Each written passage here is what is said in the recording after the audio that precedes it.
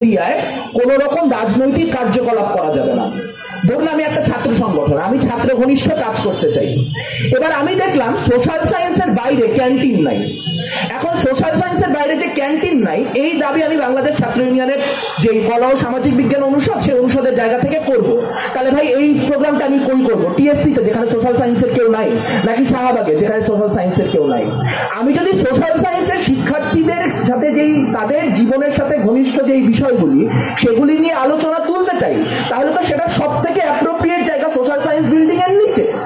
আমি যদি হলের খাবারের মান নিয়ে কথা বলতে চাই, আমি যদি বলতে চাই জগন্নাথ হলে নিরামিষ ক্যান্টিন বন্ধ হলো কেন, আমি যদি বলতে চাই যে হলের খাবার পানি বিশুদ্ধ কিনা, আমি যদি বলতে চাই হলের ইন্টারনেট কানেকশন যথেষ্ট অ্যাপ্রোপ্রিয়েট না, বেশি টাকা দিয়ে আমাদেরকে খারাপ ইন্টারনেট সেবা দেওয়া হচ্ছে, তাহলে সেই রাজনীতিটা আমি কোথায় করব?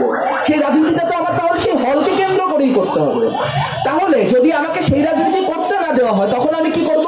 তখন আমি ছাত্র ইউনিয়নের ব্যানার নিয়ে সেখানে যাব না, আমি কোনো একটা সামাজিক প্ল্যাটফর্ম দাঁড় করাবো।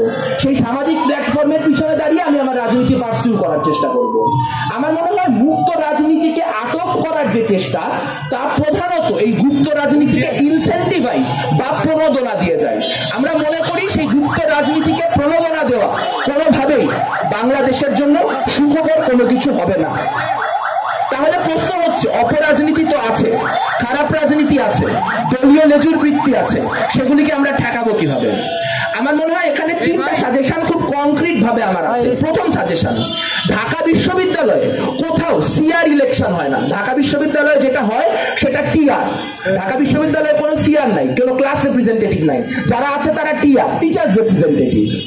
আরো বাজে ভাষায় বললে টিচার্স পেট। এদের কাজ হচ্ছে শিক্ষকদের প্রতিনিধিত্ব ছাত্রদের কাছে করা। এই জন্য দেখবেন আপনি ঢাকা বিশ্ববিদ্যালয়ের শিক্ষকরা আলাদা আলাদা করে নিজের কোর্সের সিআর নিজে নির্ধারণ করেন। ক্লাসের প্রতিনিধিকে এটা শিক্ষক কিভাবে নির্ধারণ করেন? তিনি তো শিক্ষকের প্রতিনিধি না, তিনি ক্লাসের প্রতিনিধি। তার কাজ ক্লাসের হয়ে শিক্ষকের সাথে, অথরিটির সাথে, সবার সাথে বার্গেইন করা। তাহলে সিআর এর যে নির্বাচন, এই নির্বাচন কোন রকম গঠনমূলক প্রক্রিয়ায় হয় না। তাহলে আজকে যদি সিআর এর ইলেকশনই গঠনমূলক প্রক্রিয়া না হয়, তাহলে আপনি যতই ডাকসু দেন, যাই করেন না কেন, আপনি 40,000 শিক্ষার্থীর প্রতিনিধিত্ব নিশ্চিত করতে পারবেন না। কাজে প্রথম কাজ হচ্ছে সিআরদের যে নির্বাচন, সেই নির্বাচনটিকে একটি গঠনগত কাঠামোর অন্তর্ভুক্ত করা এবং সেটাকে বিশ্ববিদ্যালয়ের যে অফিসিয়াল কাঠামো, সেই অফিসিয়াল কাঠামোর মধ্যে অন্তর্ভুক্ত করা। এই যে সিআররা নির্বাচিত হবেন, এই সিআরদেরকে নিয়ে আমরা পরবর্তীতে একটি সিআরস কাউন্সিল গঠন করতে পারি।